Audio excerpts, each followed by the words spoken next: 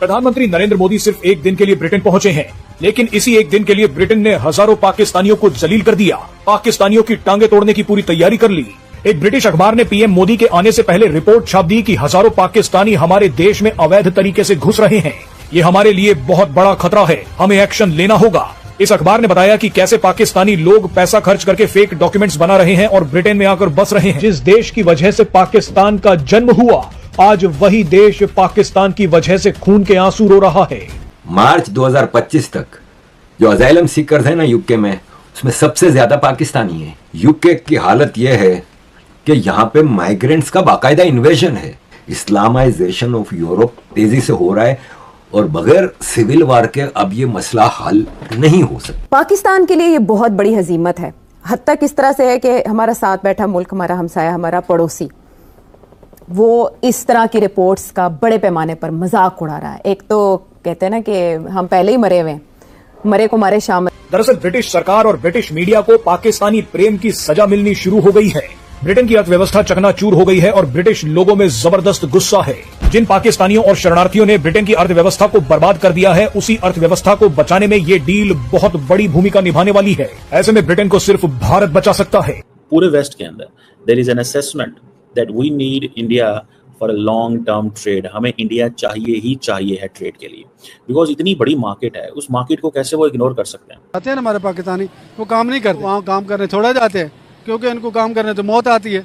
पाकिस्तानी काम नहीं कर सकते। पाकिस्तानी कहते हैं हराम का मिले, जहाँ से मिले खो लो, छीन लो। पाकिस्तान ये फ्री ट्रेड एग्रीमेंट नहीं कर सकता। हमने चाइना के साथ किया, हमने काम। उसकी वजह क्या है? उसकी वजह सिंपल सी है भाई, हम तो कुछ चाइना को बेच ही नहीं सकते। पीएम मोदी के आने से ठीक पहले ही ब्रिटेन ने पाकिस्तानियों को थप्पड़ क्यों मारा? दरअसल इसका सबसे बड़ा कारण भारत को खुश करना और ब्रिटिश लोगों को शांत करना है। ब्रिटिश जनता अपनी सरकार से सवाल पूछ रही है कि जिस वक्त हमारी अर्थव्यवस्था डूब रही है तो हम शरणार्थियों और पाकिस्तानियों को क्यों पाल रहे हैं? हम पाकिस्तानी शरणार्थियों की अवैध घुसपैठ को क्यों नहीं रोक पा रहे? ब्रिटिश लोग कीर स्टारमर सरकार से पूछ रहे हैं कि पिछले 2 दशकों में हजारों ब्रिटिश बच्चियों का शोषण और बलात्कार करने वाले पाकिस्तानी ग्रूमिंग गैंग्स पर अभी तक कोई एक्शन क्यों नहीं हुआ? तेजी से मस्जिदें क्यों बन रही हैं? सड़कों पर नमाज क्यों पढ़ी जा रही है? ब्रिटेन में शरिया अदालतें क्यों खोली जा रही हैं?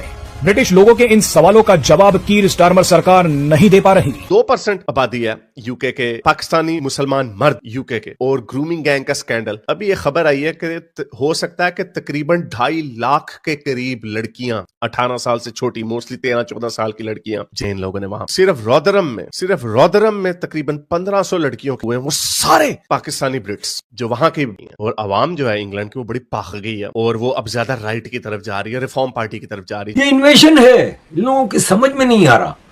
जिस तरह आपके यहाँ केजरीवाल और ममता और कांग्रेस अपीजमेंट के लिए भर भर के रोहिंग्या को भी सपोर्ट कर रहे हैं, इलेक्ट्रिसिटियां दे रहे हैं, कॉलोनियां बना के इलीगल दे रहे हैं, सब कुछ कर रहे हैं, फ्री खाने पीने अय्याशियां दे रहे हैं। उनका काम सिर्फ एक है, जब मूड हुआ बीवी का हाथ पकड़ा, बेडरूम में ले गए। 2-2, 3-3, 4-4 बीवियां रखी होती हैं, एक प्रेग्नेंट हो गई तो दूसरी है ना भाई, काम चलता जाएगा। बच्चे पैदा करते रहो और बस मुफ्त में रहो। ऐसे ही यहाँ पे ये इन्वेजन है। पाकिस्तानियों की कुछ हरकतें दिखा दूं। ये हमारे घर के बिल्कुल पास नॉर्थहोल्ट स्कूल से एक बच्ची, टीनेज बच्ची स्कूल से बाहर निकली। एक पाकिस्तानी ने उसको 15 साल की बच्ची, गोरी थी, उसको छुरा मार दिया।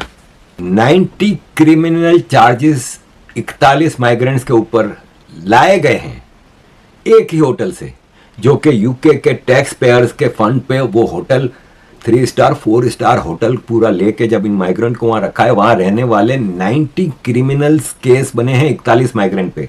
नमस्कार, जय हिंद दोस्तों, स्वागत है आपका नए वीडियो में। दोस्तों इस समय प्रधानमंत्री मोदी ब्रिटेन जा रहे हैं, तो वहां से ब्रिटेन की सरकार 40,000 पाकिस्तानियों को खदेड़ के बाहर कर रही है अपने देश से, क्योंकि यूके के बर्मिंघम शहर को इन पाकिस्तानियों ने अपना एक अड्डा बना लिया है। ये वहाँ रहते भी हैं और वहाँ की सरकार से बेरोजगारी भत्ता भी पाते हैं। तो ये भत्ता देते देते बर्मिंघम भी एकदम कंगाल होने के कगार पर पहुँच गया है। इसीलिए यूके की गवर्नमेंट इनको सबको बाहर कर रही है अपने देश से। वैसे भी यूएई ने तो पाकिस्तानियों के लिए एक नियम बनाई है कि जिसके पास 5,000 दिरहम से कम होगा वो यूएई में दाखिल नहीं हो सकता है। पाकिस्तानी जहाँ भी जाते हैं इनको भीख मांगने की तो पूरी आदत पड़ी है और भीख मांगना इनका शौक भी है और ये भीख मांगने लायक भी है। जहाँ भी जाते हैं वहाँ भीख मांगते हैं, वहाँ दंगे फसाद भी करते हैं। तो दोस्तों वीडियो को पूरा देखिएगा, अगर पसंद आता है तो चैनल को सब्सक्राइब जरूर करिएगा।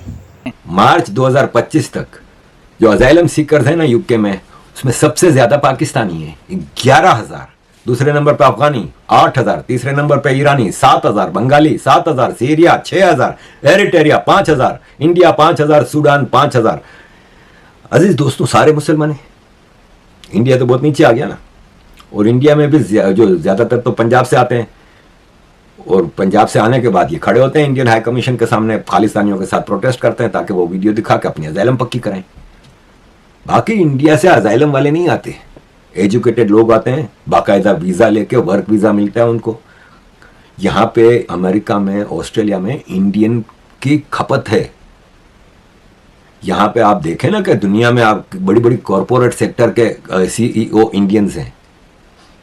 सेंट्रल लंदन में इनको होटल में रखा है, और अभी एक वीडियो वायरल थी, उसमें दिखाया कि किस तरह वहां पे बैठ के ताश खेल रहे हैं, नीचे होटल की लॉबी में सोफे रखे हुए हैं, बाहर गार्डन में टेबल कुर्सियों पे बैठ के खाना खा रहे हैं।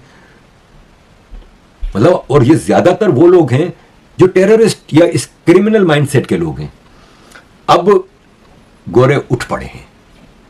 यहां पे एपिंग में इतने क्राइम बढ़ गए, उस होटल के चारों तरफ लड़के लड़कियां गुजर नहीं सकते। लड़का हो लड़की उठा के रेप कर देते हैं, और कोर्ट भी बड़ा ढीला, पुलिस भी बड़ा ढीला। तो अब लोग उठ खड़े हुए हैं। अजी दोस्तों, ये लड़का ऐसे ही एक होटल है, पार्क होटल, इसमें काम करता था। वो पूरा माइग्रेंट्स को दे दिया गया है। तो इसने कहा कि माइग्रेंट्स के कमरों में मैं सफाई करने जाता था तो ड्रग्स, छुरियां छुपा छुपा के इन्होंने रखी हुई थी।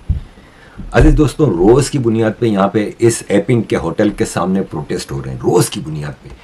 और लोग अब तंग आ गए हैं, और लोग कह रहे हैं कि इन होटलों को खाली कराओ, क्यों इन लोगों को दामाद की तरह यहाँ रखा हुआ है।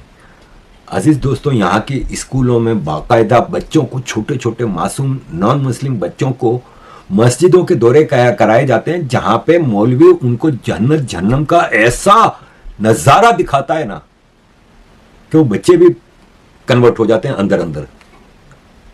किसी मुसलमान बच्चे को कभी किसी चर्च में ऐसे लेक्चर पर नहीं लेके जाते, या मंदिर में लेके जाएं जहां गीता का पाठ पढ़ाया जाए, जहां पे बच्चों को इंसानियत का सबक मिले। नहीं, ये सिर्फ मस्जिदों के दौरे। बेल्जियम मुझे इतना पसंद था कि मैं पूरी दुनिया में जहां भी जाता था मैं एक ही बात कहता था कि बेल्जियम जैसा देश दुनिया में कहीं नहीं है। आज इस बेल्जियम को देख के मेरा खून के आंसू रोता है दिल। मैं कई सालों बाद, मैं आखिरी 2016 में गया था शायद, या 2016 में गया था। फिर अभी मैं पिछले साल फैमिली के साथ 2 दिन के लिए बेल्जियम गया। मैं बेल्जियम का हाल देख के मैं हैरान रह गया। मैंने कहा ये वाला वो बेल्जियम नहीं है। खाली बेल्जियम क्या, आप स्वीडन चले जाएं, क्या कंट्री होता था, आज तबाह कंट्री है। और सबसे बड़ी बात, जहां मैं रह रहा हूं लंदन का क्या हाल है।